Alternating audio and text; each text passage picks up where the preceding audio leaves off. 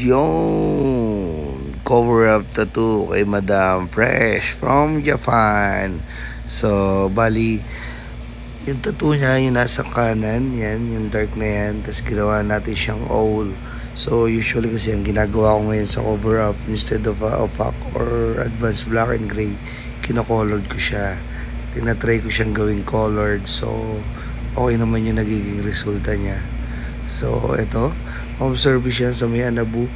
And yan, pag nagsiservice nga po pala kami, is dala namin ang buong shop. Now, always on the go. Kahit saan po yan. So, yun. Nga pala, pag nagko-cover up ako, bina-bloodlines ko lahat para nagpa-pop up na yung lines or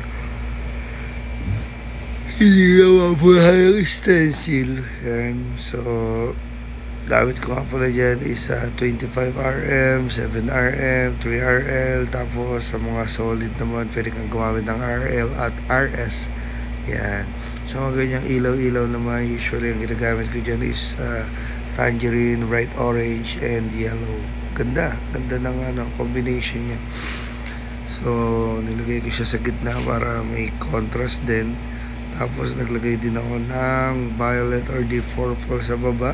Kasi gusto ni Madam ng cherry blossom. Yan. So, ayun lang. Grabe, no? Mag-New Year na. Pero consistent pa rin. Kahapon, nagtato ko ng restoration ng portrait. So, ayun. Medyo hilaw yung ilalim. Kaya napaka-alalay lang ng ginawa natin. Tapos, yun. Hindi kasi ako nagamit talaga ng CPL. Kaya kung ano yung nakikita yung kulay, ano yun, kumbaga, natural yan. Kahit yan, natural light yan eh. Oh. Nasa lahat yan. Nasa Mewa TV FB page. Sa lahat ng mga nanonood sa akin, sana makikipollow lang Mewa TV. Alright. So, ito. Kagising lang natin. Nag-service tayo kagabi, diba? Pero consistent lang. Upload natin lahat ng video natin.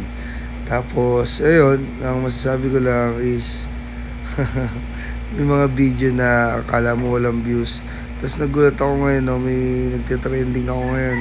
3.1 na yata. Isang araw, 1 million lang yun eh. Tapos ngayon, naging 3.1, mamaya, naging 4 million na yan. Kaya, so, ayun, sa lahat ng gusto magpa-cover up tattoo, PM lang, oh. And, January 12 to 16, Cebu, yan, sa Kapatik. And, sa Hong Kong, PM lang, ho, January 20 to 27, yan. So, maluwag pa yung schedule natin dyan. Happy New Year sa lahat!